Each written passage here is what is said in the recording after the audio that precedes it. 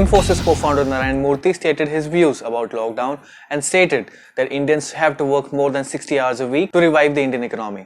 He stated, "We should take a pledge that we will work 10 hours a day, 6 days a week as against 40 hours a week for the next 2 to 3 years so that we can fast track and grow the economy much faster." Mr. Murthy also suggested that the government should appoint a committee of well-respected and accomplished people to advise them on how to remove hassles from these businesses. He said by doing so the country can bounce back in a much stronger way. Murthy's suggestions, however, did not go down so well with the netizens, and several took to their social media and lashed out on him. People said that they have been doing that even before the lockdown had started, and Murthy need not remind people what they needed to do. Narayan Murthy says India could see more deaths from hunger than novel coronavirus if the country remains in lockdown. According to Narayan Murthy, we should accept this as the new normal and facilitate the return to work for the able bodies while protecting the vulnerable. He says, "Let data leaders make the decisions. We should not rely on opinions."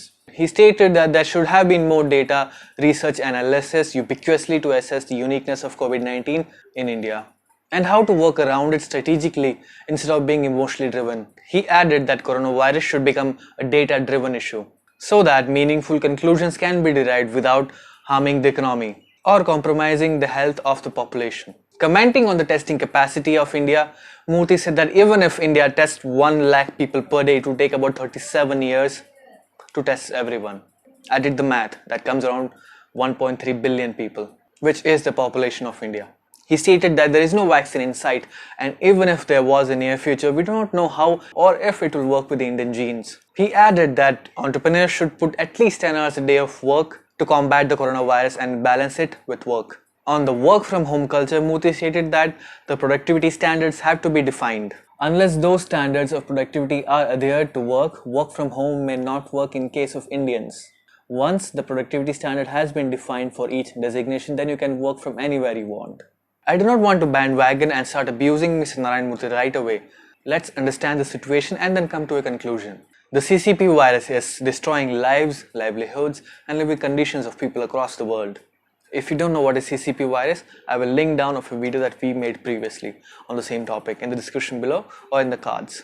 In India, the spread has been slow because of the timely action by the government. But the spread can only be slowed. It cannot be stopped, at least till the near future or at least till the vaccine is invented. We have been able to slow it down because of the lockdown and social distancing, but it has given a major blow to our economy. It is only a matter of time before the lockdown is lifted, as we need the economic activity to restart if we want to survive. Most of the middle class are enjoying the no work paid salary thanks to the government, but this cannot go on forever. If the companies do not resume the work, then no matter how much pressure from the government, they will not be able to pay the salaries. We need to start working again. Companies need to start making profits so that we can get our salaries. This is a fact. Now let's talk about labor laws. Indian labor law is closely connected with the independence movement and the campaigns of the passive resistance leading to independence. While the India was under colonial rule by British Raj, labor rights, trade unions and the freedom of association were all regulated by the Indian Slavery Act 1843 and Societies Registration Act 1860. Workers who sought better conditions and trade unions who campaigned through strike actions were frequently and violently suppressed. After independence as won in 1947, the Constitution of India of 1950 embedded a series of fundamental labor rights in the Constitution, particularly the right to join and take part in a trade union, the principle of equality at work, and the aspiration of creating living wage with a decent working conditions. In the Constitution of India from 1950, Articles 14, 16, 19, 1C, 23, 24, 38, 41, 43A directly concern labor rights. Article 14 says everyone should be equal before the law. Article 15 specifically states that the state should not discriminate among the citizens. Article 16 extends the right of equality of opportunity for employment or appointment under the state. Article 19(1)(c) gives everyone a specific right to form associations or unions. Article 23 prohibits all trafficking and forced labor, while Article 24 prohibits child labor under 14 years in a factory, mine or any other hazardous employment. The minimum wage in India is 6,000 rupees and the standard work time is 8 hours. Minimum rest while at work is 1 hour for every 6-hour shift.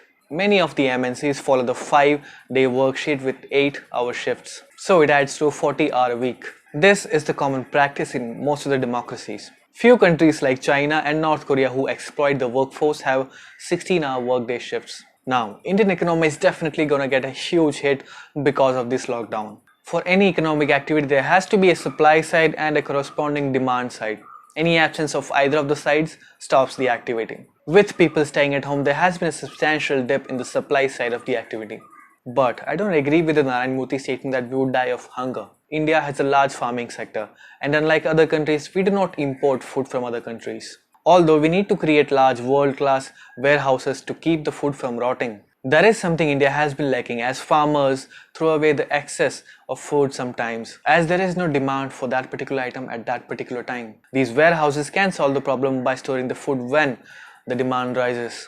Although I agree with Narayan Murthy about the CCP virus testing. Testing CCP virus cases in India is a very difficult process. It would be better to maintain the social distancing and follow the necessary precautions, especially by the elderly citizens, while the young people can go to work. One thing that the government can do is give voluntary retirement to the people who are above 56 years of age, so that the elders can stay at home and enjoy the pension without risking their lives and of others. And we have to work sooner or later. Working 6 days a week, 10 hours a day, 60 hours a week is a bit too extreme. It's not like we can go to a theatre or to a party after 60 hours work a week. We have to maintain social distancing as well. And people will get demoralized and won't be productive if you push them this hard. It is better to leave the labor laws as it is. But if certain individuals want to work like this, then they should have an opportunity to work as an overtime. And necessary pay has to be given for that. It is rightly said by Mr. Narayan Murthy that a committee of well-accomplished and qualified people must advise government on the necessary steps to be taken to revive the business sector. There is no denying that the world will not be the same once the pandemic ends. The way we live, the way businesses were done, the way universities carry on their lectures, the way corporates conduct their HR practices, all going to see a substantial change. Technology and its usage will become a norm of life. Students will get used to their online classes by their favorite professors. And video conferencing will get more sophisticated with the adoption of virtual reality in almost all offices.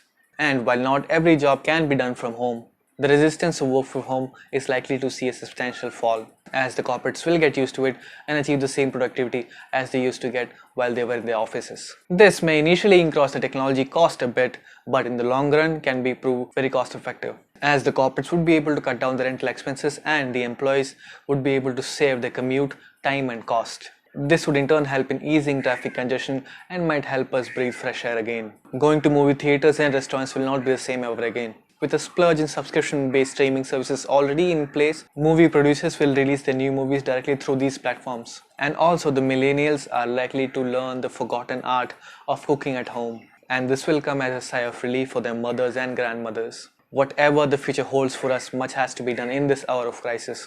And only a collective effort of everyone would help in bringing an end to this crisis. Once the situation is brought under control, with a little nudge from India's hot and humid climate, which is likely to knock on our doors in a month or so, what we need to do is to reignite the hope and rebuild India. If you like the video and the content, please subscribe to the channel and hit the bell button. Namaste.